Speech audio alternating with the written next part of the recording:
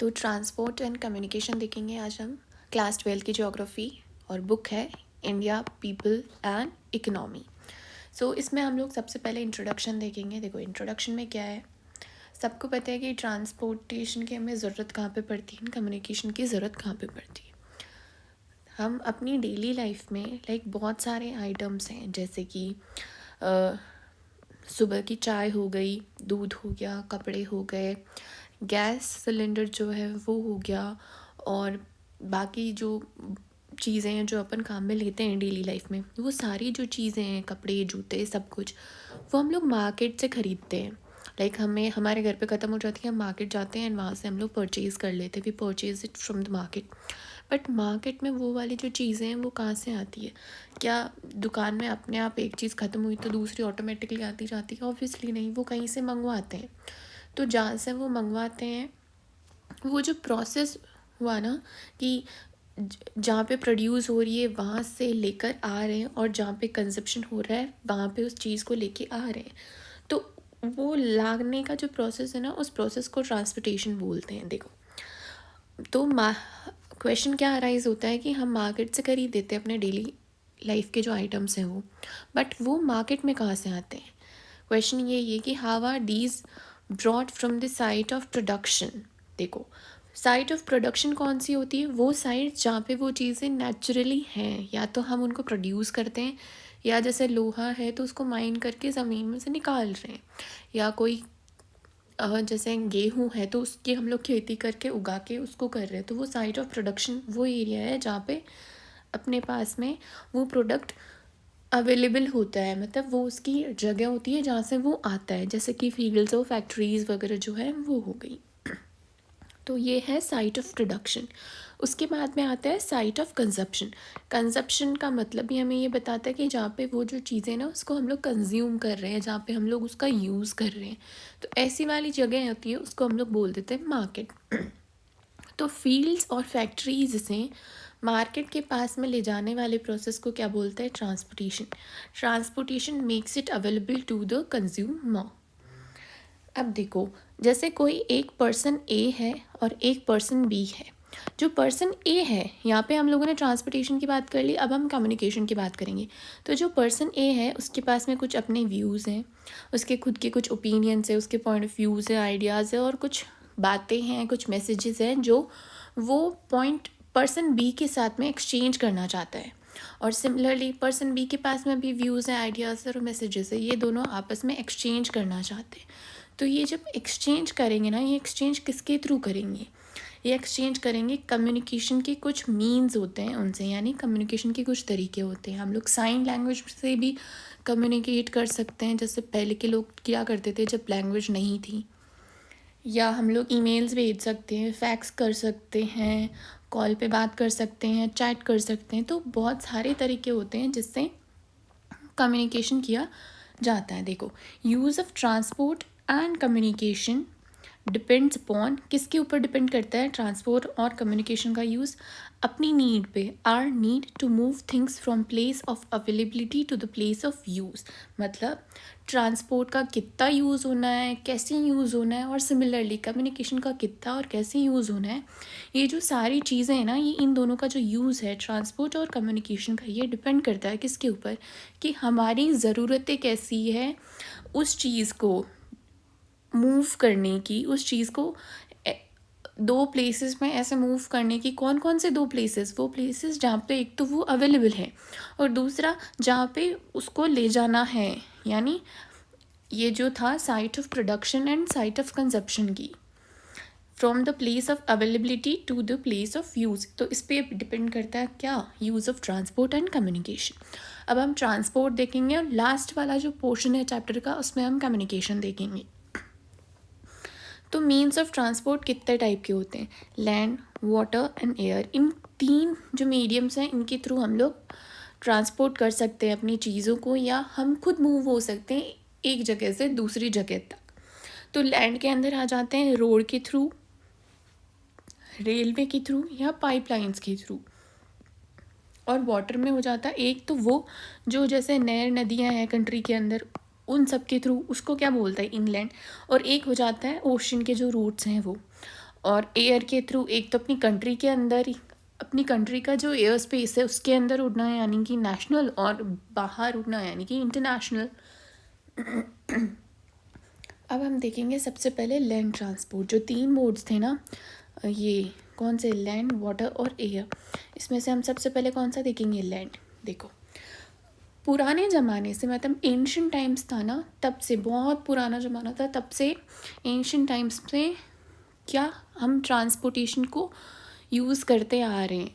कैसे, उस टाइम पे या तो कच्ची सड़कें होती थी, जैसे पगडंडियाँ होती थी, या अनमेटल्ड रोड्स होती थी जहाँ पर बस पत्थर डाल दिए जाते थे, या उसको जो जंगल वगैरह उनको काट के एक बस सपाट रास्ता बना दिया जाता था, बट वो मेटल रोड नहीं हुआ करती थी जैसे कि आज की होती है। तो ये ऐसे रास्ते जो हैं, ऐसी सड़कें हैं जो ज़्यादा डेवलप नहीं थी, वो हम पुराने ज़माने से यूज़ करते आ रहे हैं, एंशियंट टाइम से।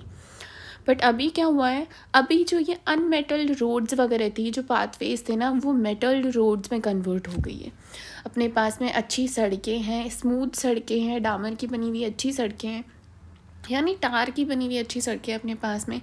देन रेलवेज़ आ जाते हैं, हम उनके थ्रू भी कर लेते हैं। पहले तो रेलवे नहीं हुआ करती थी, पहले ट्रेन्स नहीं हुआ करते थे, बट अब है। तो आज के टाइम पे मेटल रोड्स और रेलवेज़ आ गए हैं, जो कि हम अभी देखते हैं। बट ऐसा नहीं है कि पुराने ज़माने में ये नहीं थे तो क्या ट्रांसपोर्टेशन होता ही नहीं था, नहीं, ट्रांसपोर्टेशन होता था। कैसे, ऐसे कि पहले क्या थे, कुछ कच्ची सड़कें थी, पगडंडियाँ थी और अनमेटल्ड रोड्स थी, यानी वो रोड्स जिन पे डामर वगैरह नहीं है, वो मेटल रोड्स वगैरह नहीं है, बट या स्टिल वो रोड्स हैं, वो पत्थर लगा के उनको स्पार्ट करके बना दिया जाता था। ओके, ये जो चेंज आया है अनमेटल्ड रोड से मेटल्ड रोड्स वाला और रेलवे वाला, वो चेंज हुआ कैसे है इतना, ये चेंज हुआ है इकोनॉमी और टेक्नोलॉजी के एडवांसमेंट्स में। यानी जैसे जैसे अपनी टेक्नोलॉजी में डेवलपमेंट्स हुए, टेक्नोलॉजी में हम लोग आगे बढ़े, वैसे वैसे क्या है, अपने जो ये ट्रांसपोर्टेशन के मीन्स है वो भी आगे आगे बढ़ते गए। अब जो लैंड ट्रांसपोर्ट है ना, उसमें कुछ वेज हैं अपने इंसान को कैसे, लाइक कौन सा गुड है किधर भेजना है, लाइक वो सॉलिड है, लिक्विड है, गैस है, कैसे भेजना है उसको, प्लेन एरिया में भेजना है या हिल स्टेशन पे कहीं पे भेजना है या डायरेक्टली ऊपर भेजना है। तो इसके बहुत सारे वेज होते हैं, जैसे रोप वेज के थ्रू भेज सकते हो, केबल वेज एंड पाइपलाइंस के थ्रू भी।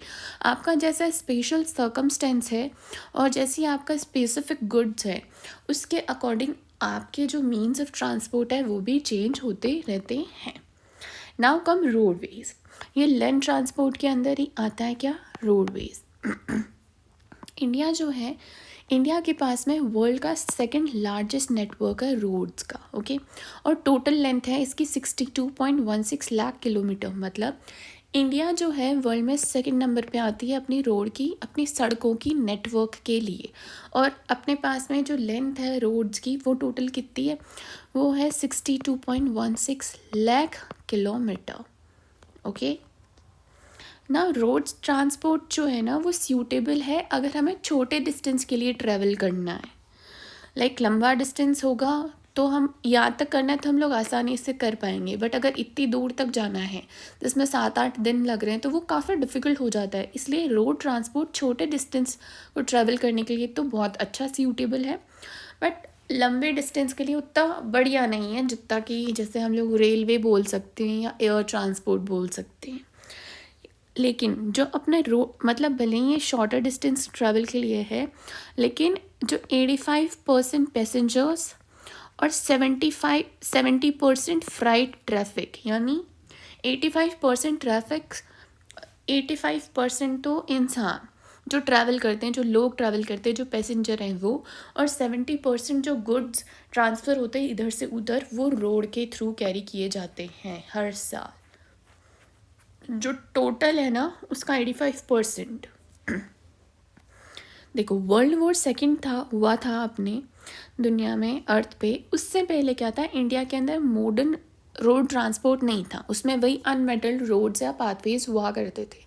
बट उसी के बाद में अपने पास में मॉडर्न रोड ट्रांसपोर्ट आया था। तो सबसे पहले मॉडर्न सड़कें बनाने का जो काम हुआ था, वो फर्स्ट अटेम्प्ट कब शुरू हुआ था, वो शुरू हुआ था 1943 में। कब, 1943 बाय द नागपुर प्लान।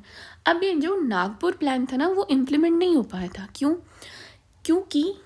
क्यों because it lack the coordination among princely states in British India. हमें पता है कि अपन जब इंडिया ब्रिटिशर्स के अंडर था, ब्रिटिश गवर्नमेंट के अंडर काम करता था, तब क्या हुआ था, कुछ हमारे प्रिंसली स्टेट्स थे जगह जगह पर, और बाकी जो था वो क्या था, वो चल रहा था ब्रिटिशर्स के अंडर। तो जो प्रिंसली स्टेट्स थे और जो ब्रिटिश इंडिया थी, जहाँ पे प्रिंसली स्टेट्स नहीं थे, वो जो ब्रिटिश इंडिया थी, उन दोनों के आपस में क्या था, अच्छा कोऑर्डिनेशन नहीं था। तो अगर कोऑर्डिनेशन नहीं होगा अच्छा, यानी मतलब ऐसे प्रिंसली स्टेट वाले बोलते हैं कि नहीं हमारे अंदर से सड़क हमारे नहीं जानी चाहिए, तो फिर उनको इसी एरिया में जाने के लिए यहाँ तक लानी पड़ेगी ना। तो अच्छा कोऑर्डिनेशन नहीं होने की वजह से ये जो नागपुर प्लान था ये इम्प्लीमेंट नहीं हो पाया था। बट ऑल दो ये इम्प्लीमेंट नहीं हुआ था, but still it was the first attempt to make the modern roads. तो ज़्यादातर जो अपने ये सड़कें डेवलप हुई हैं वो सारी की सारी आफ्टर इंडिपेंडेंस डेवलप हुई हैं। आफ्टर इंडिपेंडेंस जब अपना देश आज़ाद हो गया था, उसके बाद में 20 ईयर का एक रोड प्लान तैयार किया गया था 1961 में। अब 1961 के अंदर तैयार किया गया था क्या, 20 ईयर रोड प्लान।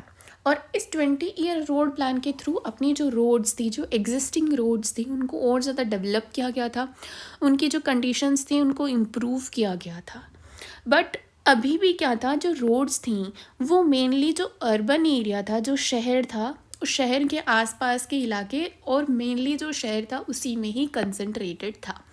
यानी गाँव में अभी भी 1961 तक भी सड़कें बहुत अच्छी नहीं थी।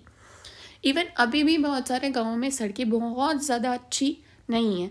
सो अभी भी वो काम चल रहा है सड़कें बनाने का, कनेक्ट करने का।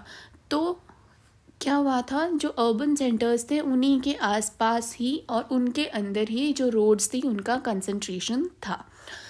बाहर रूरल एरियाज़ में नहीं हुआ करता था उतना ज़्यादा। रूरल एंड रिमोट एरियाज़ जो थे उनकी जो कनेक्टिविटी थी ना वो सबसे कम थी। देखो हमने 20 ईयर जो प्लान था वो 1961 में लॉन्च कर दिया था सड़कों को इम्प्रूव करने का, जो कंडीशंस थी। बट अभी भी क्या था, जो सड़कें थी वो अर्बन एरिया के अंदर ज़्यादा कंसंट्रेटेड थी।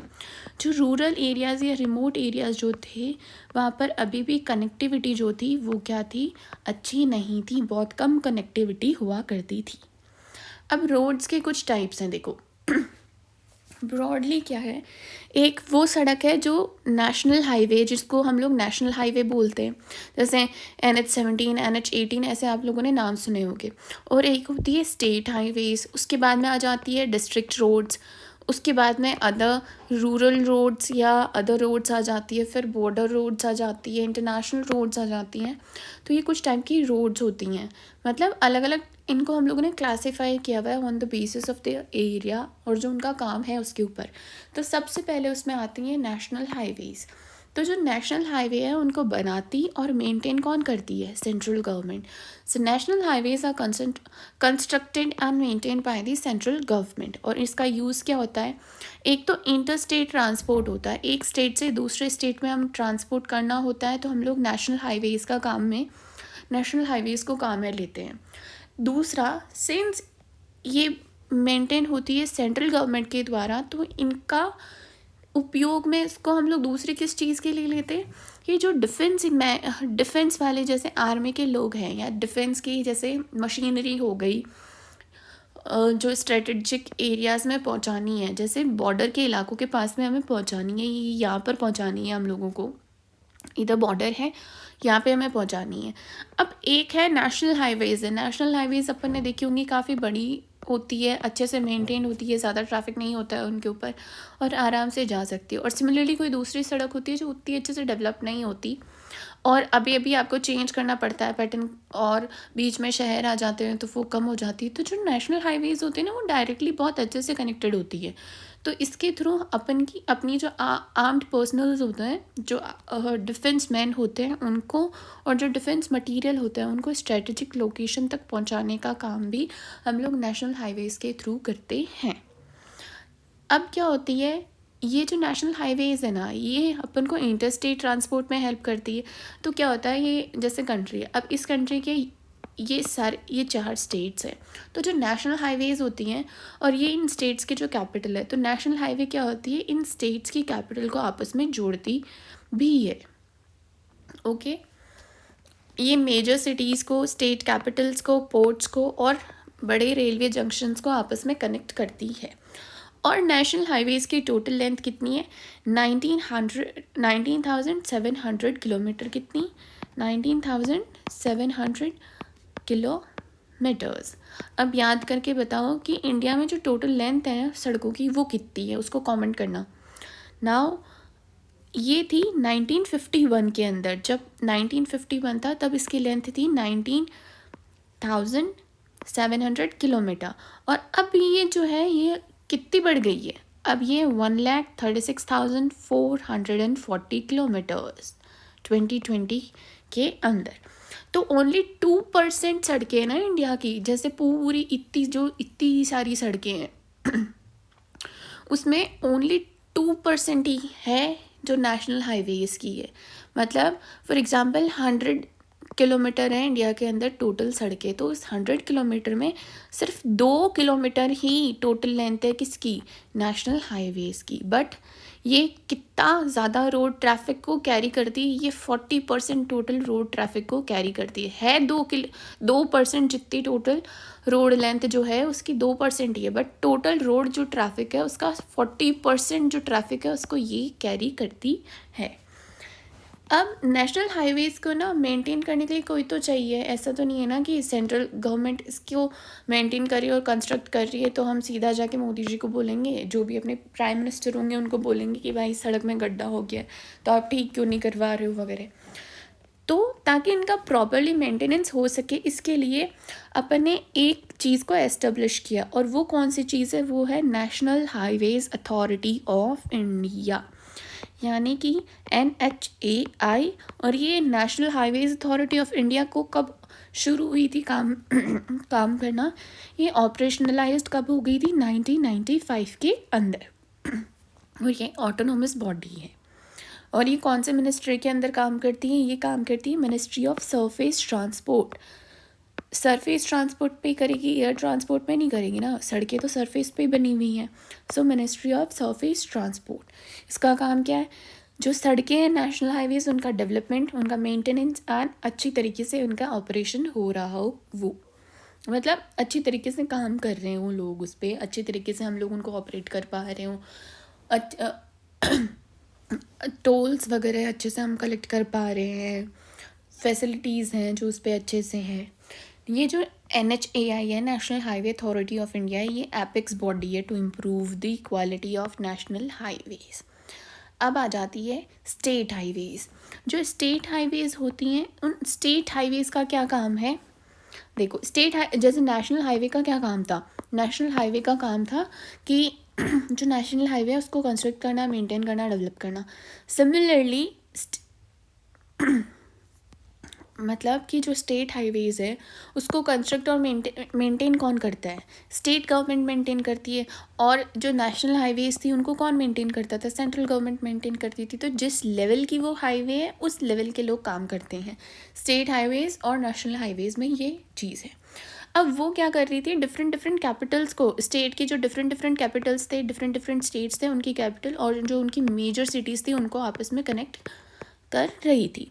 तो यहाँ पर स्टेट हाईवे क्या करती हैं, ये जो स्टेट की जो कैपिटल है, जैसे ये पूरा स्टेट है, ये स्टेट की कैपिटल है और ये डिस्ट्रिक्ट हेडक्वार्टर्स है, तो ये इनको आपस में कनेक्ट करती हैं।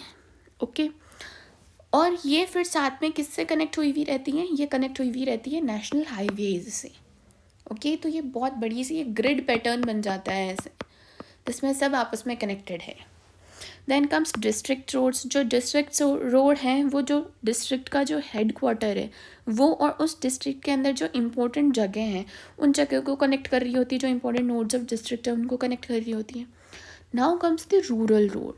रूरल रोड्स का क्या काम है, रूरल एरियाज़ को आपस में लिंक करती है बड़े शहरों के साथ में।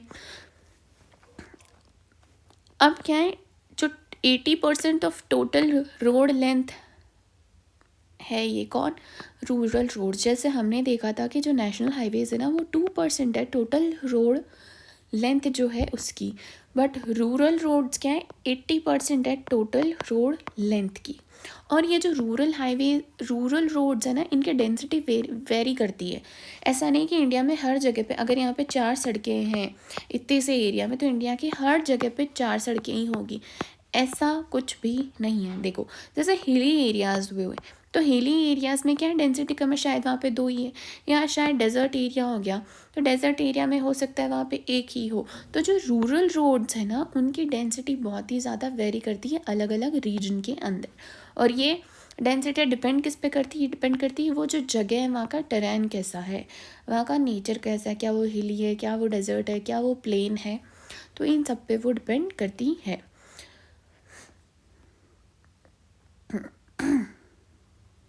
अब जो अदर रोड्स हैं, वो जो अदर रोड्स हैं उसके अंदर 2 रोड्स हम देख लेते। एक तो वो रोड जो बॉर्डर रोड ऑर्गेनाइजेशन बनाता है, एक वो वाली रोड्स जो इंटरनेशनल हाईवेज़ होती है। तो सबसे पहले हम लोग इंटरनेशनल हाईवेज़ देखते हैं।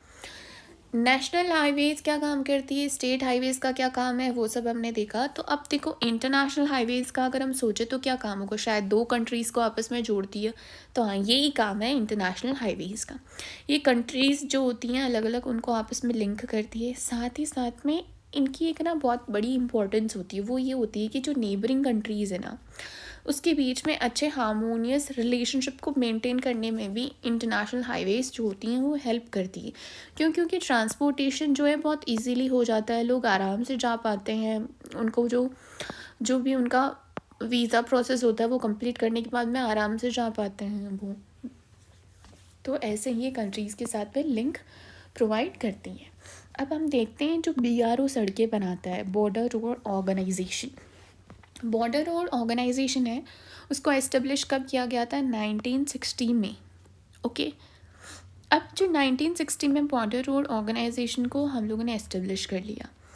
बट बॉर्डर रोड ऑर्गेनाइजेशन काम क्या करती है, ये बहुत सारे काम करती है, मतलब इसीलिए इसको मल्टी फेसेटेड एजेंसी बोलते हैं, यानी इसके बहुत सारे काम हैं। देखो, एक तो बॉर्डर ऑर्गेनाइजेशन को हम लोग किस लिए लेकर आए थे, इसलिए लेकर आए थे ताकि जो अपना इकोनॉमिक डेवलपमेंट है ना बॉर्डर एरियाज़ में, जो इंफ्रास्ट्रक्चर का डेवलपमेंट है वो एसेलरेट यानी तेज़ी से बढ़े। जो अपना इकोनॉमिक डेवलपमेंट है, इंफ्रास्ट्रक्चर का डेवलपमेंट है बॉर्डर एरियाज़ में, वो तेज़ी से बढ़े। साथ ही साथ में हम अपनी जो डिफेंस की तैयारी है, प्रिपेयर्डनेस है, उसको स्ट्रेंथन कर रहे हो। देखो क्या है, जैसे कल को क्या हुआ, पहाड़ है यहाँ पे जंग छिड़ गई है, दूसरी कंट्री ने तो यहाँ पे सड़कें बना रखी थी आराम से पहुँचने की, बट हमने नहीं बनाई थी।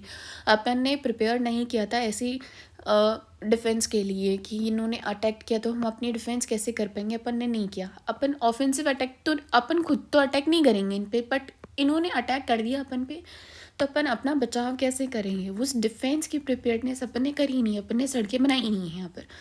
तो जैसे इन्होंने अटैक किया तो अपने जवानों को और जो टैंक्स वगैरह हैं उनको यहाँ तक, गन्स वगैरह उनको यहाँ तक पहुँचाने के लिए कितना टाइम लग जाएगा, उनको पहाड़ चढ़ेंगी क्या, वो नहीं, कितना टाइम लग जाएगा, ऐसे तो वो आ जाएंगे, ये पहाड़ ऊपर चढ़ते जाएंगे, वो ऑलरेडी ऊपर बैठेंगे, मारते जाएंगे, लाइक ये ऐसे काम नहीं करते हैं।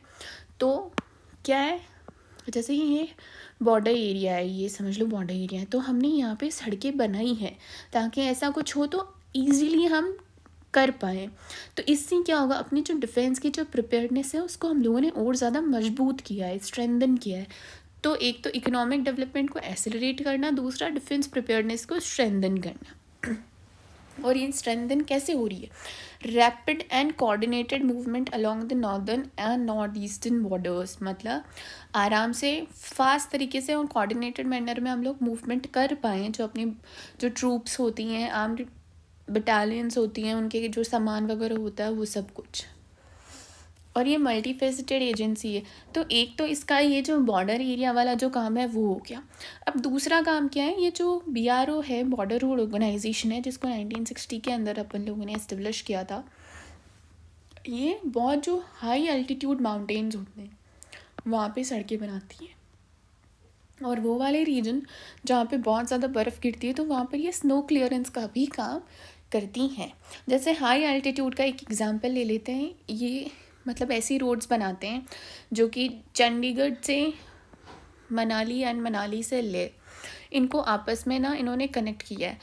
और वो जो रोड्स बनाएंगे ना उनकी एलिवेशन कितनी है, मीन से सी लेवल जो है, सी लेवल को हम लोग ज़ीरो मान लेते हैं, तो ज़ीरो से वो कितना ऊपर है, 4270 मीटर जितनी लंबी, कितनी, 4270 मीटर जितनी ऊपर तक, उतने एल्टीट्यूड में, इतने हाई एल्टीट्यूड में BRO जो होती हैं वो सड़कें बनाता है।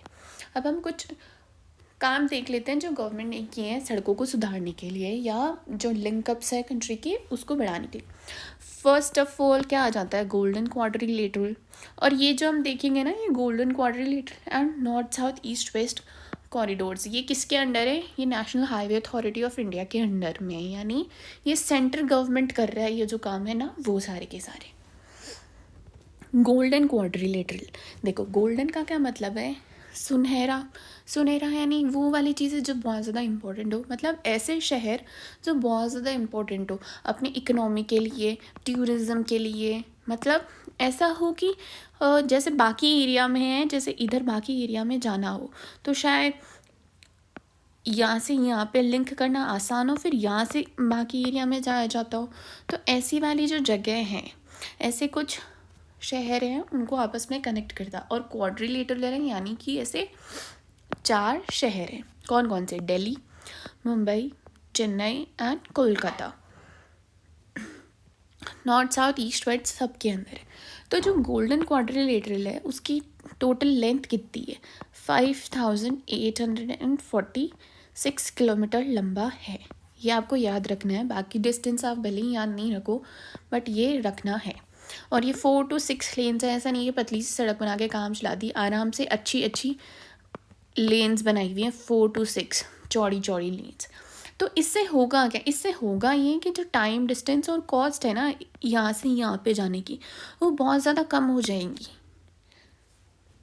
मेगा सिटीज़ हैं, इन मेगा सिटीज़ का के लिए जो मूवमेंट है वो बहुत ज़्यादा कम हो जाएगा। ये काम है गोल्डन क्वाड्रिलेटरल का। Now comes north south and east west corridor. इसमें क्या है, जो अपनी कंट्री है, अपनी कंट्री को ऐसे रोम्बस का शेप दे देते हैं अपन एक, ओके।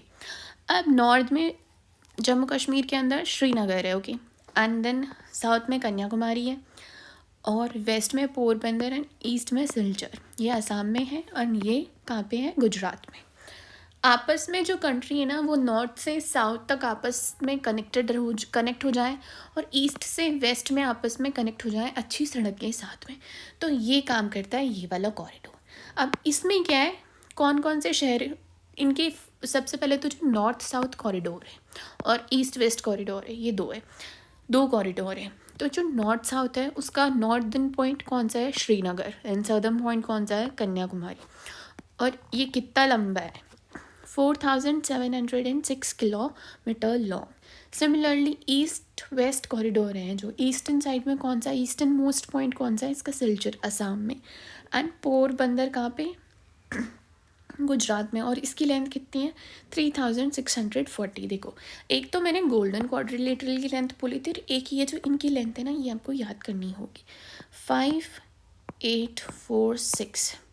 ये किसकी थी, ये गोल्डन क्वाड्रिलेटरल की थी। नॉर्थ साउथ को जो कॉरिडोर है उसकी कितनी है, 4000, और ये जो है ईस्ट वेस्ट की कितनी थी, उसकी थी 3640 किलोमीटर्स। तो ये आप याद करना, हो सकता है आपके MCQs में आए। Now comes the Atal tunnel. अब अटल टनल क्या है, कुछ टाइम पहले उद्घाटन हुआ था इसका, कुछ टाइम मतलब कुछ साल पहले, तो वो आपने टीवी में देखा होगा, बातें सुनी होगी, इंस्टा पे देखा होगा आपने। तो ये क्या है, वर्ल्ड का लॉन्गेस्ट हाईवे टनल है। हाईवे टनल है, ये किसी नॉर्मल रोड के ऊपर बना हुआ टनल नहीं है, ये हाईवे टनल है, लॉन्गेस्ट, दुनिया का लॉन्गेस्ट। कितना किलोमीटर लंबा है ये, 9.02 किलोमीटर लंबा है ये। और इसको बनाया किसने, इसको बनाया बॉर्डर रोड ऑर्गेनाइजेशन ने। ये मनाली को लाहौल स्पीति वैली जो है वहाँ से कनेक्ट करती है, मतलब इसमें क्या है, ये हाईवे जा रही है और ये एक पहाड़ है। अब इस पहाड़ के अंदर है ना ऐसा टनल बना दिया है ऐसे, और वो बाहर निकलती, और ये जो टनल है वो किसको कनेक्ट करता है, वो मनाली को कनेक्ट करता है, लाहौल स्पीति जो वैली है उसको। और ये जो माउंटेन है, मतलब ये जो माउंटेन रेंज है, ये कौन सी है? ये है पीर पंजाल रेंज। और ये जो टनल बना हुआ है, ये कितने एल्टीट्यूड पे बना हुआ है? ये बना हुआ है 3000 मीटर्स के ऊपर। अब सिमिलरली एक भारतमाला परियोजना है। भारतमाला से मतलब क्या है? इसका वर्ड से देखो समझे तो, माला यानी आपस में जो भारत है उसको पूरा कनेक्ट कर देना, हर जगह से आपस में कनेक्टेड है ये पूरा का पूरा ऐसा। तो इसकी लेंथ कितनी थी? 26,000 किलोमीटर लंबी लेंथ है इसकी इकोनॉमिक कॉरिडोर्स की। ये जो गोल्डन क्वाड्रिलेटरल था, north south and east west corridors थे, ये इसी के अंदर आते हैं। अब ये भारतमाला परियोजना में अलग से क्या हो रहा है? इस पे हो रहा है कि रिंग रोड्स बनाई जा रही हैं, बाईपास बनाई जा रही हैं, एलिवेटेड कॉरिडोर्स बनाए जा रहे हैं, ताकि जो ऐसे होता है कि यहाँ पे तो है लेकिन यहाँ पे शहर आ गया तो यहाँ पे बहुत ट्रैफिक हो गया, तो ये हाईवे में जो लोग जा रहे थे अब वो बहुत स्लो स्लो चलेंगे। बट भारतमाला परियोजना से क्या हो रहा है? यहाँ पे एलिवेटेड कॉरिडोर्स बना दिए गए हैं, तो शहर नीचे चल रहा है, उसका काम नीचे चल रहा है, बट ऊपर अपनी ये हाईवे जो स्ट्रेट जा सकती है। इससे क्या होगा? ये ट्रैफिक होगा वो कम होगा, डीकंजेस्ट होगा। Now comes the rail transport. देखो इंडियन रेलवेज जो नेटवर्क है, रोड वाला सेकंड लॉन्गेस्ट था और रेल वाला कौन सा है? लॉन्गेस्ट है, फर्स्ट पे आते हैं इसके अंदर। और ये इंडियन रेलवेज़ है ना, सबसे बड़ा सेक्टर है गवर्नमेंट का, जो गवर्नमेंट के पास में, मतलब सबसे बड़ी लार्जेस्ट गवर्नमेंट अंडरटेकिंग है। कंपनी एक समझ लेते हैं, गवर्नमेंट के पास में बहुत सारी कंपनीज़ है, तो उसमें से सबसे बड़ी कंपनी कौन सी है? इंडियन रेलवेज़ की। और इसकी लेंथ कितनी है? 67,956 किलोमीटर। इसका इंट्रोडक्शन सबसे पहले हुआ था 1853 में, ऑब्वियसली ब्रिटिशर्स ने किया था ये। और ये किसके? दो शहरों के बीच में, किसमें? बॉम्बे टू थाने जा रही थी, को कनेक्ट किया गया था रेलवे के थ्रू। और कितने किलोमीटर का ट्रैक था वो? 34 किलोमीटर का। कब? 1853। देखो अब क्या है, जब ये रेल है, अब जो रेल के कोचेज़ होते हैं ना, ट्रेन्स के कुछ जो कोचेज़ होते हैं वो अलग अलग विड्थ के होते हैं। तो उस विड्थ के ऊपर, और जो उनकी जो विड्थ है वो किस पे डिपेंड करती है? वो ट्रैक के ऊपर डिपेंड करती है। अगर पतला ट्रैक है तो ऑब्वियसली जो कोच है वो भी पतला होगा। तो ये जो ट्रैक है इसकी विड्थ कितनी है, इसके बेसिस पर अपने पास में 3 टाइप की रेलवेज़ हैं, मतलब 3 टाइप के ट्रैक्स हैं ऐसे। कौन सा? Broad gauge, metre gauge and narrow gauge. नाम से पता चल रहा है ये सबसे चौड़ा है, ये 1 मीटर का होगा, और ये पतला है। तो ये इसकी लेंथ कितनी है? 1.76, मतलब ये ऑलमोस्ट 1.7 मीटर के आसपास का है। जो ब्रॉड वाला है वो, मीटर वाला तो 1 मीटर का ही है, एंड नैरो वाला है वो कितना है? 0.7 का है। अब नैरो वाला कौन सी जगह पे होगा? नैरो वाला होगा मेनली हिली एरियाज़ के अंदर। और जैसे जैसे इनकी ये जो विड्थ इंक्रीज़ हो रही है ना, वैसे वैसे इनकी टोटल लेंथ भी इंक्रीज़ हो रही है। यानी नैरो वाली जो गॉज है, नैरो वाले जो ट्रैक हैं, उनकी लेंथ बहुत कम है। कितनी? 1604 किलोमीटर्स जितनी है। जैसे जो टॉय ट्रेन है शिमला दार्जिलिंग, तो जो टॉय ट्रेन है वो इस नैरो गोज पे ही चलती है। 13 मीटर की लेंथ, 2402 किलोमीटर। एंड सिमिलरली ऐसे ब्रॉड वाले जो ट्रैक्स हैं, ब्रॉड गॉज जो है उसकी जो क्या है लेंथ है वो सबसे ज़्यादा है। कितनी? 63,950 टोटल इतनी थी, उसमें से इतनी ब्रॉड की है, बाकी इतनी सी ये नहीं। मीटर वाले में 2000 कुछ हैं और नैरो वालों में तो 1600 करके कुछ हैं। ओके, अब पहले क्या था? पहले शुरुआत से ब्रॉड नहीं थे, अपने पास में थे मीटर और नैरो। तो ये जो मीटर और नैरो को ब्रॉड में कन्वर्ट करना था अपन को, वो कन्वर्ट करने के लिए काफ़ी बड़े स्केल पे प्रोग्राम्स चलाए गए थे गवर्नमेंट के द्वारा। उससे क्या हुआ? अपने पास में अभी ज़्यादातर क्या है? Broad goes. ब्रॉड वाले की ज़रूरत इसलिए पड़ी ना क्योंकि ज़्यादा लोगों को, ज़्यादा पैसेंजर और जो गुड्स हैं उनको ज़्यादा आसानी से आप और ज़्यादा क्वांटिटी के अंदर आप उनको ट्रांसपोर्ट कर सकते हो एक जगह से दूसरी जगह पे। अब क्या है, अपने इतनी बड़ी साइज़ है अपना जो ये रेलवे सेक्टर है इसकी, तो क्या हुआ? इसकी वजह से, बड़ी साइज़ होने की वजह से ज़्यादा प्रेशर पड़ता है सेंट्रलाइज्ड सिस्टम के ऊपर। मतलब अगर पूरे कंट्री का एक ही जगह पे है तो इस पर बहुत प्रेशर पड़ेगा। तो क्या किया गया है? इस पर प्रेशर नहीं पड़े, इसके लिए क्या किया है? इसको सेंट्रलाइज्ड सिस्टम नहीं रख के इसको 17 जोन्स के अंदर डिवाइड कर दिया गया। एनसीईआरटी बुक में देखना वो जोन्स लिखे हुए हैं। नाउ एरिया, ब्रिटिशर्स वाले टाइम पे क्या था, जैसे कुछ अच्छे बड़े टाउन्स हैं या फिर वो वाली जगह हैं जो प्रोडक्शन एरियाज़ हैं या रॉ मटेरियल मिल रहा है या चाय के बागान हो गए या प्लांटेशन हो गया या किसी भी टाइप के कमर्शियल क्रॉप्स हो गए, हिल स्टेशन हो गया, मिलिट्री कैंट्स वगैरह हो गए। तो ये जो इम्पोर्टेंट जगह थी ना ब्रिटिशर्स के लिए, इन इन जगहों को ब्रिटिशर्स ने रेलवे के थ्रू वेल कनेक्ट कर दिया था। बट बाकी जो जगह थी वो इंडिपेंडेंस के बाद में ही अच्छे से कनेक्ट हो पाई है। उसका एक सबसे बेस्ट एग्जांपल है कोंकण रेलवेज़ का। जो कोंकण रेलवेज़ है ना, वो जो इंडिया की जो वेस्टर्न कोस्ट है उसके अलोंग है, और ये किसको कनेक्ट करने का काम करती है, मुंबई एंड मंगलुरु।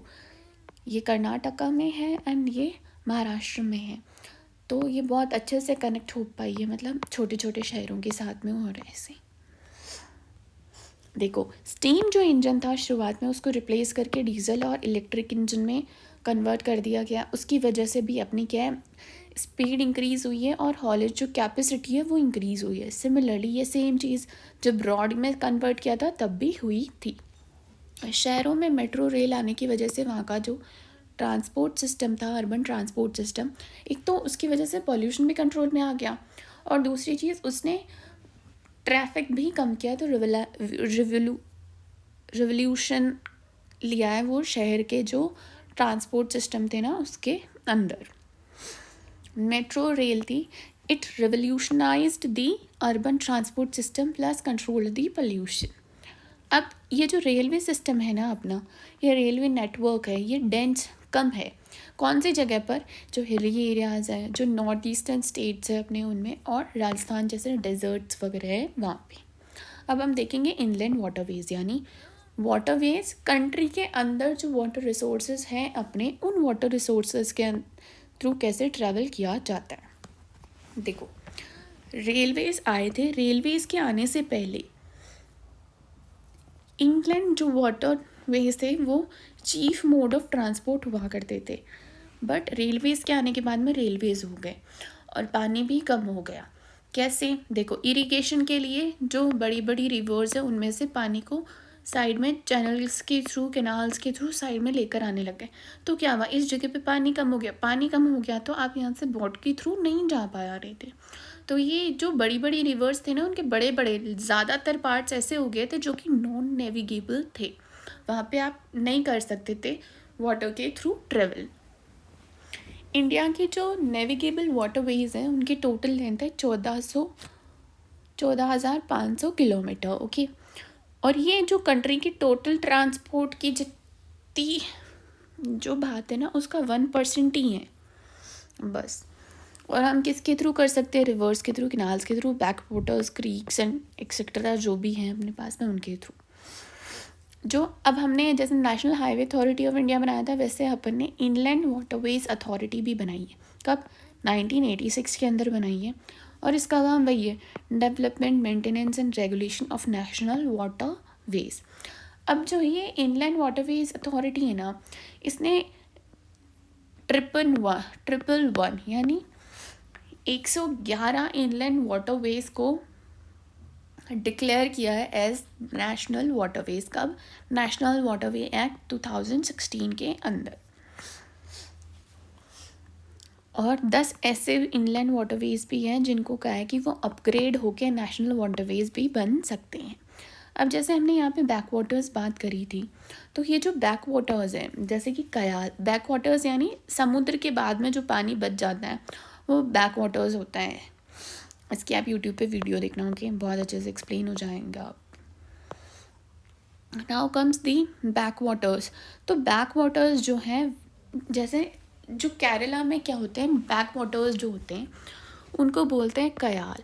ये कयाल है ना, इनकी एक अपनी एक अलग इम्पोर्टेंस होती है। एक तो ये चीफ मोड ऑफ ट्रांसपोर्ट है, साथ ही साथ में ये सुंदर दिखते हैं। तो दिखते सुंदर है तो ये बहुत ज़्यादा क्या होते हैं, टूरिस्ट जो लोग होते हैं उनको अट्रैक्ट करते हैं। और एक बहुत ही फेमस जैसे बोट रेस देखी होगी आपने, एक्चुअली इसकी पूरी की पूरी वीडियो देखना आप लोग यूट्यूब पे, बहुत इंटरेस्टिंग लगेगी। नाउ तो ये जो एक बोट रेस है, जैसे कि नेहरू ट्रॉफी बोट रेस, ये बहुत फेमस है, जिसको वल्लमकली बोलते हैं, ये भी यहीं पे बैक वाटर्स में होती है। ये याद रखने लायक पॉइंट है, ये MCQs में आ सकते हैं। अब ओशियन रूट्स देखो, इंडिया क्या है, एक पेनिनसुलर कंट्री है, यानी उसके 3 पार्ट क्या है, पानी में कवर्ड है। तो इसकी कोस्ट लाइन है वो बहुत लंबी है। फिर इसके पास में क्या है, आइलैंड्स भी हैं। तो आइलैंड्स और ये coast line, main coast line को मिला के अपने पास में टोटल कोस्ट लाइन कितनी है, 7517 किलोमीटर की वास्ट कोस्ट लाइन है अपने पास में। और ओशन रूट्स में अपने पास में 12 मेजर और 200 माइनर पोर्ट्स हैं। ये पोर्ट्स क्या करते हैं, ओशन में आप ट्रैवल कर रहे हो ऐसे, तो फिर यहाँ पे उन्होंने शिप लगाई, यहाँ से जो इधर उधर से जो माल वगैरह आया वो यहाँ पे लोड किया और फिर आगे बढ़ गए। तो ये क्या करते हैं, हेल्प करता है ट्रांसपोर्टेशन में। तो 12 मेजर पोर्ट्स है अपने पास में एंड 200 माइनर पोर्ट्स है। ये इंटरनेशनल ट्रेड के अंदर तो हेल्प करता ही है, बट इंटरनेशनल ट्रेड यानी एक कंट्री की ट्रेड दूसरी कंट्री के साथ। जैसे इंडिया को USA में कुछ भेजना है, तो चीपेस्ट वे क्या होगा वहाँ पे भेजने का, वो क्या होगा, वो है ओशियन के थ्रू, शिप्स के थ्रू। नाउ ये इंटरनेशनल ट्रेड में तो हेल्प करती है, बट आइलैंड और मेन जो लैंड है उसके आपस में भी ट्रांसपोर्ट का सिस्टम के लिए भी ये हेल्प करती है। जो 95% ऑफ इंडियाज़ फॉरेन ट्रेड है वॉल्यूम के थ्रू और 70% वैल्यू के थ्रू, यानी अगर इतना बड़ा है तो इसके अलावा जो ये इतना पोर्शन है ना वॉल्यूम का, यानी वजन का जो इतना पोर्शन है वॉल्यूम का, ये कौन लेकर जाता है अपना फॉरेन ट्रेड, यानी इंडिया की दूसरी कंट्री के साथ में जो ट्रेड हो रही है उसका इतना परसेंट जो है, कितना 95% by volume and 70% by value, ये ओशन रूट्स के द्वारा ही मूव होता है। तो ओशन रूट्स है, इनका बहुत इंपॉर्टेंट रोल है इंडिया की इकोनॉमी में। एयर ट्रांसपोर्ट फास्टेस्ट मीन्स है एंड फास्टेस्ट मीन्स है ये, तो फास्टेस्ट होने के साथ में क्या है, ये बहुत तेज़ चलता है, तो इसने ट्रैवल टाइम बहुत कम कर दिया और इसीलिए ये इंडिया जैसी बड़ी कंट्री के लिए ज़रूरी है। क्योंकि अपने कंट्री में बहुत डिस्टेंस है, मतलब एक शहर से दूसरे शहर में जाना हो तो बहुत काफ़ी टाइम लग जाएगा अगर आप बाई रोड जाने लगे या रेलवे के थ्रू जाएं, बट बाई एयर हम बहुत जल्दी पहुंच जाएंगे उसमें। ऊपर से डाइवर्स क्लाइमेट है वहाँ का और डाइवर्स टेरेन है। देखो सबसे पहले ये इंडिया में शुरू कब हुई थी, ये शुरू हुई थी 1911 में। 1911 में क्या था, एयर मेल भेजा गया था सबसे पहले। एयर मेल यानी एयर के थ्रू एक लेटर भेजा गया था, कहाँ से, एयर मेल भेजा गया था 2 जगह पे, इलाहाबाद से नैनी जो जगह है वहाँ पे भेजा गया था। और ये डिस्टेंस ज़्यादा नहीं था, ये डिस्टेंस था सिर्फ और सिर्फ 10 किलोमीटर का। बट मेन डेवलपमेंट इसका भी इंडिपेंडेंस के बाद ही हुआ है।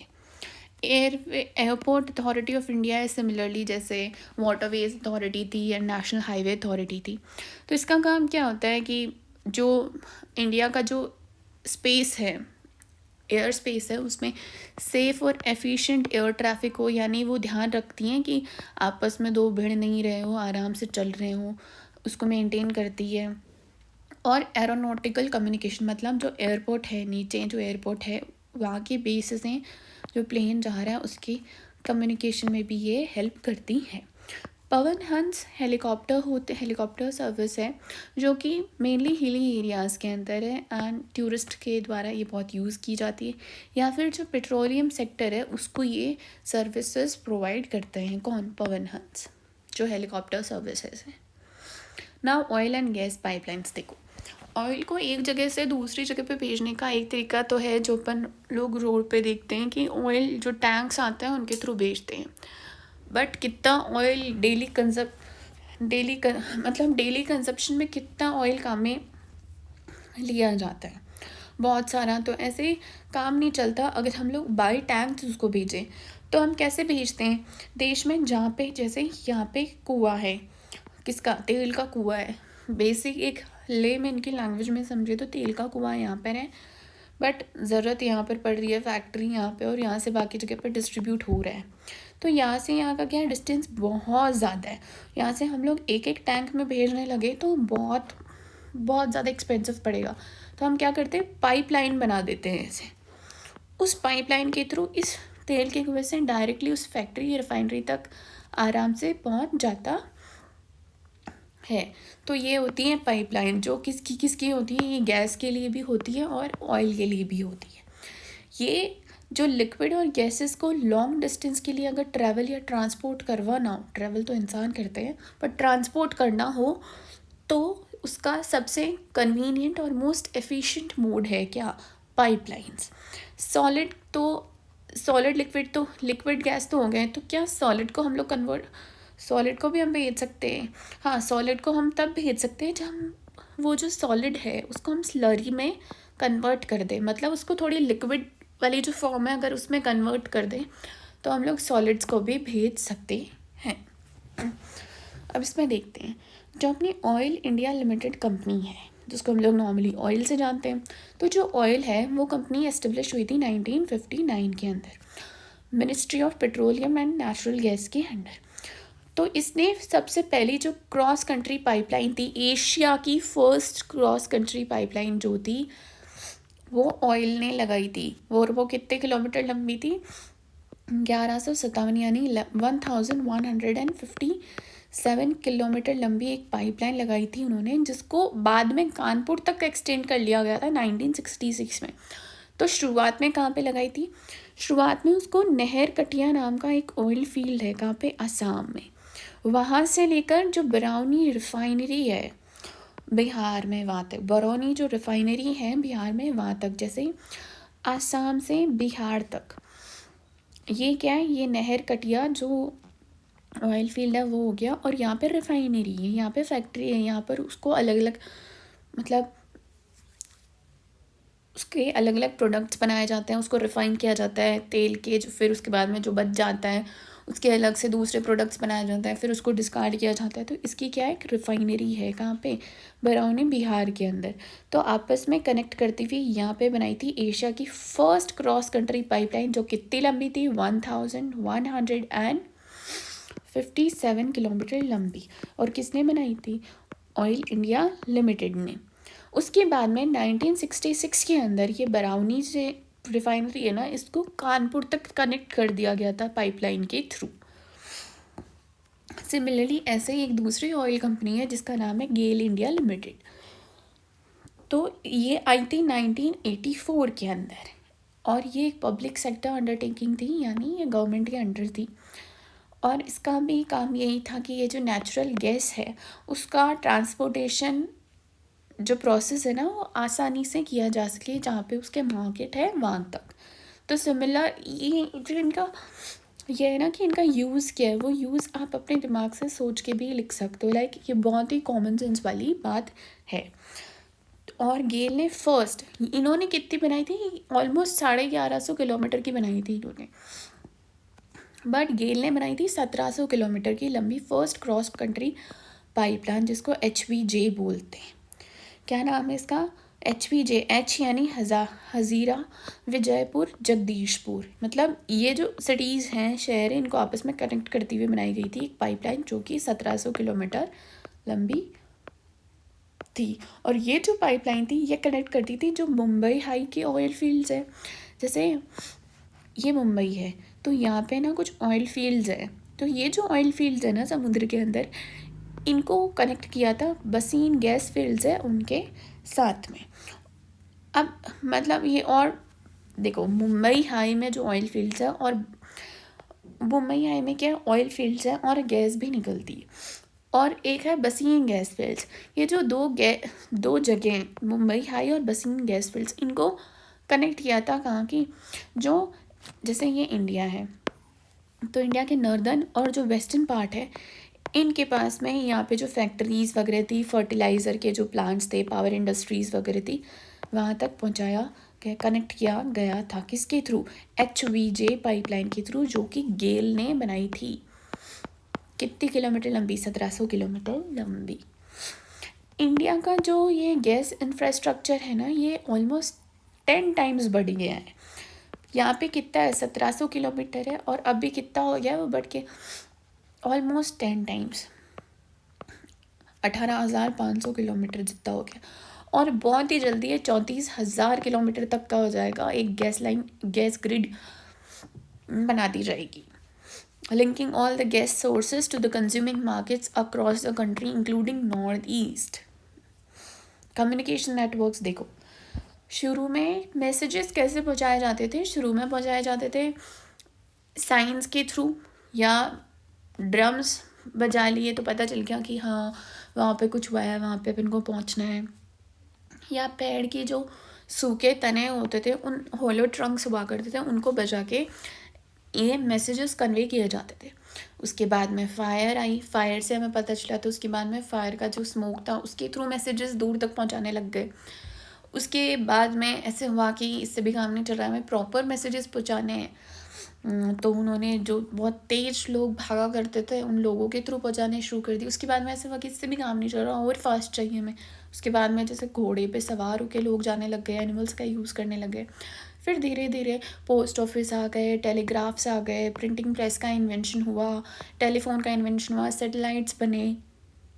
तो ऐसे ऐसे कम्युनिकेशन क्या हुआ, ईजियर होता गया और फास्टर होता गया।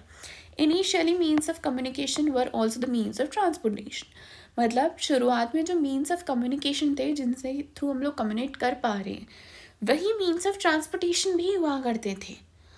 लाइक कम्युनिकेट करने के लिए इंसान भाग के यहाँ से यहाँ पर जा रहा है, एंड सिमिलरली जाने के लिए भी तो इधर से इधर ही जाएगा। बट जैसे जैसे साइंस और टेक्नोलॉजी में डेवलपमेंट हुआ, तो वैसे वैसे एक रिवोल्यूशन आया किसमें, कम्युनिकेशन के अंदर, और कम्युनिकेशन इजी और फास्ट होता गया। कम्युनिकेशन की मतलब स्केल क्या है और क्वालिटी कैसी है, मतलब कितने लोगों तक पहुंचानी है, पर्सनल है या बहुत पूरी कंट्री को ही पता नहीं, पूरी दुनिया को ही पता नहीं है, वैसे स्केल, और क्वालिटी कैसी है उसकी, उसके अकॉर्डिंग क्या है, कुछ बेसिस पर डिवाइड किया गया है। जैसे कि इनके बेसिस पर दो तरीके में डिवाइड किया है, जैसे कि पर्सनल और मास।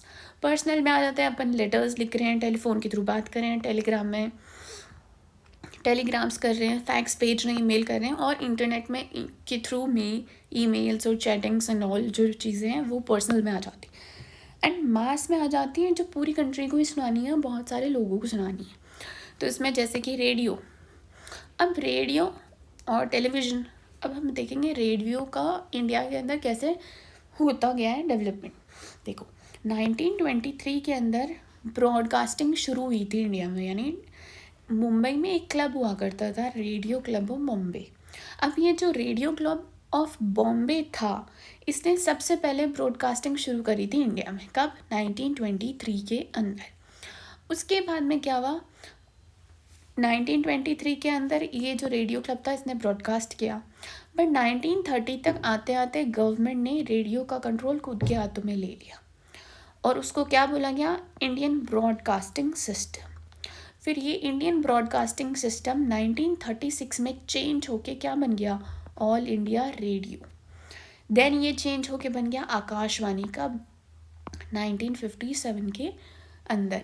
तो 1923 में क्या हुआ, रेडियो क्लब ऑफ बॉम्बे ने ब्रॉडकास्टिंग शुरू करी थी। उसके बाद में 1930 के अंदर गवर्नमेंट कंट्रोल के अंदर आ गया था, जिसको कि इंडियन ब्रॉडकास्टिंग सिस्टम बोला गया।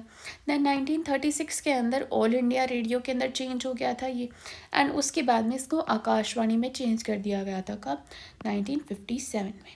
अब ये जो ऑल इंडिया रेडियो था, इसके में क्या क्या होता था, इसमें इंफॉर्मेशन भी दी जाती थी, न्यूज़ चलती थी, कुछ एजुकेशन के प्रोग्राम्स चलाए जाते थे, लोगों को अलग अलग चीज़ों के बारे में बताया जाता था, गाने सुनाए जाते थे, कविताएं सुनाई जाती थी, एंटरटेनमेंट के सोर्सेज हुआ करते थे, और कभी कभी पार्लियामेंट के जो सेशंस होते थे उनको भी सुनाया जाता था। Now comes television. टेलीविज़न क्या है, एक बहुत ही ज़्यादा इफेक्टिव मीडियम था ऑडियो विजुअल इंफॉर्मेशन को डिसमिनेट करने का, यानी अगर लोगों के पास में इन्फॉर्मेशन पहुंचानी है जो वो देख भी सकें और सुन भी सकें ऑडियो विजुअल मैनर के अंदर, तो उसका मोस्ट इफेक्टिव मीन्स क्या था, वो था टेलीविज़न, जिससे मासेस को पहुंचाई जा सके। एक जगह खड़े होकर हम सबको पहुंचा सकते हैं। ऐसे जगह जगह पे अगर ऑडियो विजुअल तरीके से पहुंचाना होगा तो जगह जगह हर कॉलोनी में जा जाके आपको टेंट्स लगाने पड़ेंगे, फिर वहाँ पे बताना पड़ेगा। बट टेलीविज़न के थ्रू हम लोग मासेस में इसको पहुंचा सकते हैं। देखो, सबसे पहले इनिशियली 1959 के अंदर ये शुरू हुआ था अपनी नेशनल कैपिटल के अंदर ही, मतलब उतने से एरिया में ही शुरू हुआ था ये, बाकी जगह पे नहीं था, बाकी जगह पे टीवी नहीं चला करते थे। फिर 1972 तक आते आते बाकी जगह, बाकी जो इम्पोर्टेंट सेंटर्स थे वहाँ पे भी चलने लग गया था। और 1976 के अंदर पहले क्या था, ये जो ऑल इंडिया रेडियो था वही इसको भी संभाल रहा था, किसको, टेलीविज़न को भी। बट बाद में क्या हुआ, इसको ऑल इंडिया रेडियो जो आकाशवाणी है, ऑल इंडिया रेडियो है, उससे डिलिंक कर दिया था, सेपरेट कर दिया था, और इसकी अब अलग आइडेंटिटी बन गई थी, क्या, दूरदर्शन। दर्शन का मतलब दिख रहा है, तो दूरदर्शन।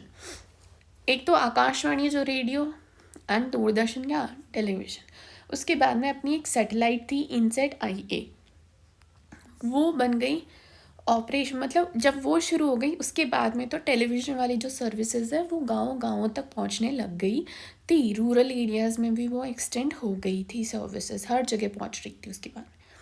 अब सैटेलाइट कम्युनिकेशन देखो, सैटेलाइट कम्युनिकेशन क्या है, एक तो सैटेलाइट कम्युनिकेशन खुद मोड ऑफ कम्युनिकेशन भी है।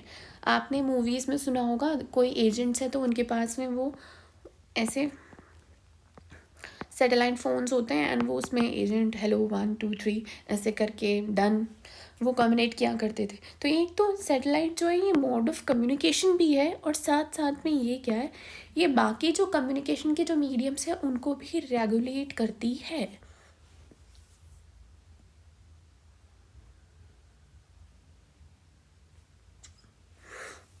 जो सैटेलाइट है, सैटेलाइट के थ्रू क्या होता है, बहुत बड़े एरिया का व्यू हमें मिल जाता है। उसके लिए क्या है, सैटेलाइट बहुत इंपॉर्टेंट हो जाती है, कंट्री है उसके इकोनॉमिक रीजंस के लिए और उसकी स्ट्रैटेजिक रीजंस के लिए। स्ट्रैटेजिक रीजंस यानी जैसे बॉर्डर पे कुछ चल रहा है, हमें पता करना है कोई छेड़खानी तो नहीं हुई, तो हम ऐसे तो शायद बैठ के तो हम लोग इतने ही एरिया के थ्रू देख पाए, बट सैटेलाइट के थ्रू हम देख सकते हैं बहुत बड़े एरिया में, शायद पूरी की पूरी बॉर्डर में भी देख सकते हैं अलग अलग सैटेलाइट से। और कुछ सैटेलाइट्स ऐसी होती है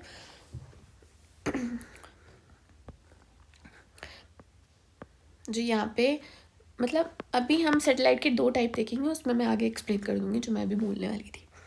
नाउ जो ये सैटेलाइट कम्युनिकेशन होती है, सैटेलाइट के थ्रू हमें क्या होता है, हम वेदर को फोरकास्ट कर सकते हैं।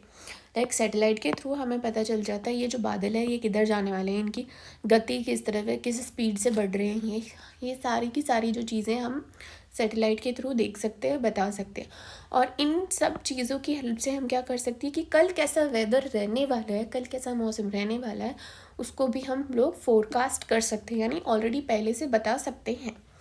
नेचुरल कैलामिटीज़ होती हैं उनको हम लोग आराम से प्रिडिक्ट, जैसे अपने जब यहाँ पे सुनामी आने वाली होती है, जैसे जापान में सुनामी आने वाली होती है, तो थोड़े टाइम पहले पता चल जाता है कि हाँ सुनामी आने वाली है, या टाइफून्स आने वाले होते हैं तो पहले पता चल जाता है। तो जो कोस्टल एरियाज़ के जो लोग होते हैं उनको वेकेट करना शुरू कर देते हैं, लोगों को हटाना शुरू कर देते हैं वहाँ से। तो अब नेचुरल कैलामिटीज़ हैं उनसे भी अच्छी तरीके से डील कर पाते हैं सैटेलाइट्स की हेल्प से। साथ में ये स्ट्रेटेजिक हेल्प भी करती है, अपनी बॉर्डर पे सर्वेलेंस होती है उसमें भी हेल्प करती है। On the configuration and purpose, अपनी जो सैटेलाइट है उनको 2 पार्ट्स में डिवाइड कर सकते हैं, जैसे कि इंडियन नेशनल सैटेलाइट सिस्टम और एक है Indian remote sensing satellite system. तो सबसे पहले देखेंगे इंडियन नेशनल सैटेलाइट सिस्टम यानी इनसैट। 1983 में ऑपरेशनलाइज्ड हुई थी ये, और इनका मल्टीपर्पज़ काम है, जैसे टेलीकम्युनिकेशन और मीटेरोलॉजिकल ऑब्जर्वेशन, यानी इसके थ्रू हम लोगों को मीटेरोलॉजिकल जो डिपार्टमेंट होता है उसको भी हेल्प मिल जाती है, यानी कि वेदर कैसा वगैरह रहने वाला है उसमें भी हेल्प हो जाती है। और टेलीकम्युनिकेशन तो अपनी इनकी हेल्प से होती ही है, अपने टीवी चलने लग गए थे सब जगह, remember I just told you. Now comes the Indian remote sensing satellite system. ये जो रिमोट सेंसिंग सैटेलाइट सिस्टम है ना, ये ऑपरेशनल कब होनी शुरू हो गई थी, मार्च 1988 में, जब लॉन्च करी गई थी IRS-1A। और इसको लॉन्च कहाँ किया गया था, इंडिया में लॉन्च नहीं किया गया था, इसको लॉन्च किया गया था वैकनोर रशिया के अंदर। उसके बाद में इंडिया ने खुद के भी लॉन्चिंग व्हीकल्स जो थे, मतलब लॉन्चिंग व्हीकल्स जो होते हैं जो ये सैटेलाइट है, तो इस सैटेलाइट को डायरेक्टली स्पेस में यहाँ पर पहुँचाना है। तो कैसे पहुँचाएंगे, खुद तो उड़ के जाएगी, इसको लॉन्च करने के लिए एक व्हीकल की ज़रूरत पड़ती है। तो ये एक लॉन्चिंग व्हीकल हो गया। अब इसमें बहुत सारा सिस्टम होता है, जैसे ये ऊपर जा सके तो फिर नीचे वो आग वगैरह आपने देखा होगा, बहुत एनर्जी क्रिएट होती है। तो ये जो व्हीकल है ना, इसको लॉन्चिंग व्हीकल बोलते हैं। आगे जाके क्या होता है, ये इधर चली जाती है और ये जो व्हीकल है ये सेपरेट होके कहीं समुद्र में गिर जाता है। तो पहले इंडिया के पास में लॉन्चिंग व्हीकल्स नहीं हुआ करते थे, तो उन्होंने रशिया की हेल्प ली थी। तो वैकनॉर रशिया के अंदर अपनी फर्स्ट IRS-IA मार्च 1988 के अंदर लॉन्च करी गई थी। उसके बाद में क्या हो गया था, इंडिया ने खुद ने अपना लॉन्चिंग व्हीकल डेवलप कर लिया था, polar satellite launching vehicle, PSLV। अब इसके बहुत सारे वर्जन्स भी हैं जो आपको अभी ज़रूरत नहीं है, बट या I am just telling you. Collect data. अब इसका काम क्या है, ये जो रिमोट सेंसिंग सैटेलाइट है ना, ये अलग अलग स्पेक्ट्रल बैंड्स में क्या होती है, डेटा कलेक्ट करती है। स्पेक्ट्रल बैंड्स क्या होते हैं, एनर्जी के बैंड्स होते हैं। फॉर एग्जांपल समझ लो कि ये बैंड्स है, कुछ चीज़ें हैं जो सिर्फ इसमें ही कलेक्ट करी जा सकती है, कुछ डेटा है जो सिर्फ इतनी सी दूर में ही कलेक्ट किया जा सकता है, सिर्फ इसी रेंज में कलेक्ट किया जा सकता है। अब अपन इतनी सारी रेंज के लिए अलग अलग सैटेलाइट्स तो नहीं बना सकते ना, वो कितना कॉस्ट इफेक्टिव नहीं होगा। तो ये जो सैटेलाइट्स होती हैं, रिमोट सेंसिंग सैटेलाइट्स, ये बहुत सारे स्पेक्ट्रल बैंड्स होते हैं, इनमें डेटा को कलेक्ट करती है। उसके बाद में इनको ट्रांसमिट कर देती है, भेज देती है कहाँ पे, जो ग्राउंड पे जो स्टेशंस बनी हुई होती है इस डेटा को रिसीव करने के लिए, वहाँ पे ये ट्रांसमिट कर देती। पहले खुद कलेक्ट करती हैं, उसके बाद में ट्रांसमिट कर देती कहाँ पे, जो ग्राउंड स्टेशंस होते हैं उनमें। जैसे कि एक सेंटर है national remote sensing centre Hyderabad में नेशनल रिमोट सेंसिंग सेंटर है। तो ये क्या करता है, जो इस सैटेलाइट ने यहाँ पे डेटा ट्रांसमिट किया ना इस ग्राउंड स्टेशन को, कौन से को, national remote sensing centre Hyderabad को, इसने इस डेटा को लिया, उसको प्रोसेस किया, मतलब इस डेटा को, ये डेटा इसके पास में मिल गया। अब इसने इस डेटा को एनालाइज किया, साइंटिस्ट वगैरह ने पढ़ा इसको, जो रिसर्चर्स है उन्होंने पढ़ा, फिर उसकी एक मीनिंगफुल चीज़ बनाई गई प्रोसेस करके। अब ये जो चीज़ है ना, प्रोसेस किया, ये जो इन्फॉर्मेशन डेटा मिला इनको, इसको प्रोसेस किया अच्छे से। अब ये हेल्प करेगा किसमें, जो नेचुरल रिसोर्सेज है ना उनकी मैनेजमेंट में, यानी कौन सी जगह पे आयरन हो सकता है, कौन सी जगह पे अपन को गोल्ड मिल सकता है, इन चीज़ों का पता किसके थ्रू चलता है, सैटेलाइट्स के through. So this was your chapter.